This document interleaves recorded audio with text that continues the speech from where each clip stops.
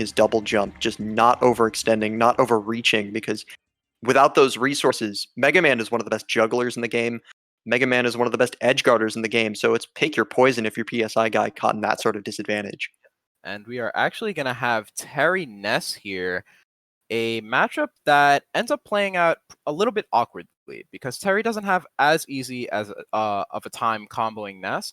But, ooh, that's just going to be an unfortunate SD. Gets clipped out of the double jump low by the PK Thunder.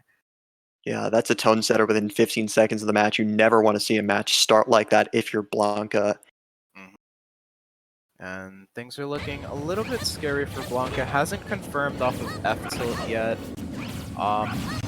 Is just kind of playing a pretty tit-for-tat neutral here. And PsiGuy is getting away with the game very quick, now lapping.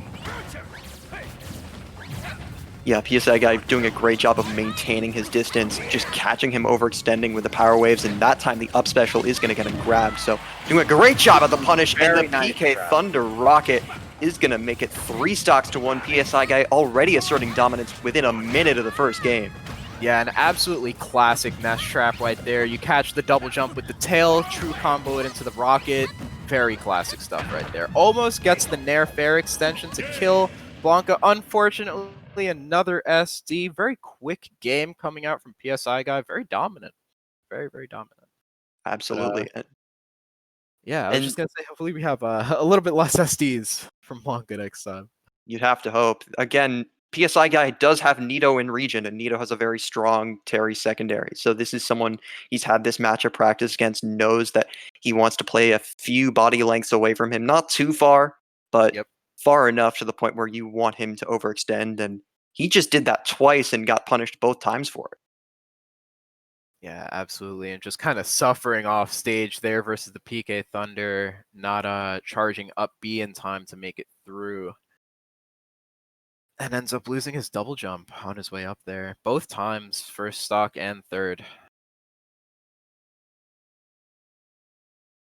I don't even know if it was a matter of the stage being the issue either, because again, if you're going to give Ness a triplat, you give him extra room to juggle, you give him extra space to operate, and he can more easily cover high, but it was just a matter of, you know, he couldn't even get in the first place.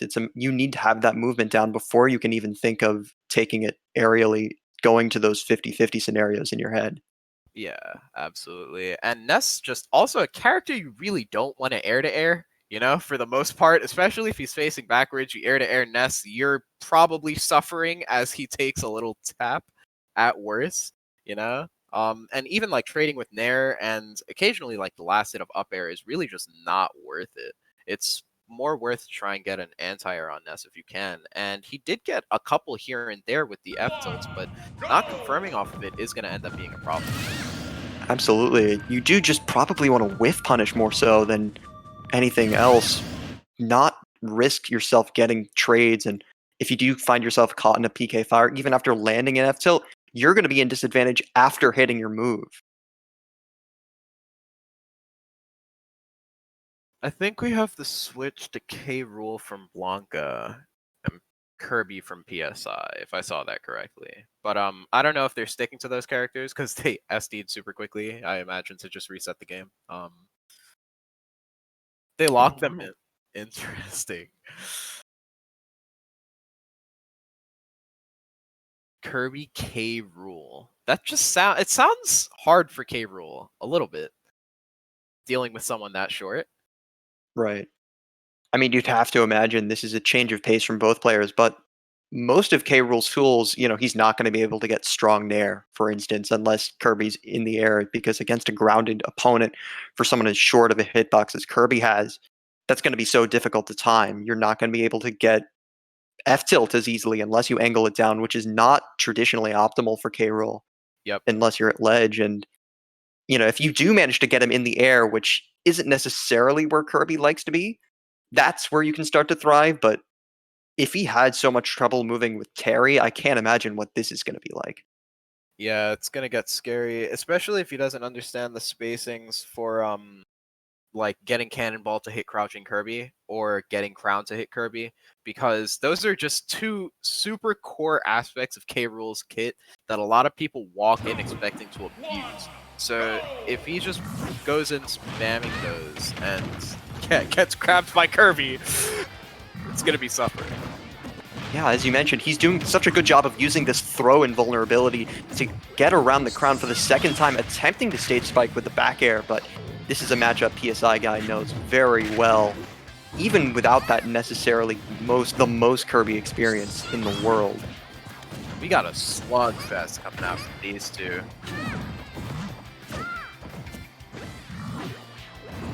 They're both slugging so hard at each other, it's just been tap for tap. Does get the barrier with the down tilt, and it is going to be Bl4nk4 taking the first stock. That's going to be one of the most dangerous tools in K-Rool's arsenal, because again, Kirby likes to stay grounded in most cases, and we're going to see him threaten again, even way before kill percent. Yeah, it's going to be really scary for Kirby if he ever gets hit. That's one of the biggest things, is like, Kirby's so light, as long as you can dodge attacks, you're good, but if you're getting hit by F-Smash, down tilt F-Smash at 89, you know, things are not going to work out as planned. No doubt. Again with the down tilt, this time punishes with the down smash, didn't have the spacing properly right for the forward smash, but still in a very good position. This could be a punish again with the throw. Ooh, tries to get the down air there. Almost catches the F-Smash at ledge, just a slight step back and things would have worked out there. The early up B. A lot of Kirby's will do that to try and just cover themselves on the way back, but it's very minus on skill. I think PsiGuy is playing, realizing that Bl4nk4 is being very down tilt hungry and just going in with dash attacks, knowing that even if he overextends, he'll be still in the end lag of a move where it probably will not matter. The rocket ledge is going to take Bl4nk4's second stock. Yeah, that ankle on PS2, very, very harsh. If you get sent at it a certain way, you will catapult off to the side of the map. Just I like using Rock there because K-Rool can't swing back at it. Yeah, it just kills him the same way twice in a row. That was nutty.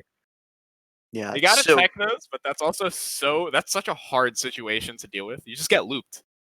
Pretty much. There's so little you can do to escape. It's incredibly difficult to challenge with K-Rool's recovery. It will provide the distance, but it doesn't necessarily provide the protection necessary to beat a character like Kirby with an invulnerable move like that. Very well played by PSI. Just a quick cleanup crew. Yeah, making sure, proving that he is not just a Ness specialist. He does have other characters in the bag he can do it with, and showed it right there with a Kirby. It's going to be troublesome for him because he does have the likes of T3 Dom in his path, and I know he's been struggling with him in region, but the way he's been playing, you know, he could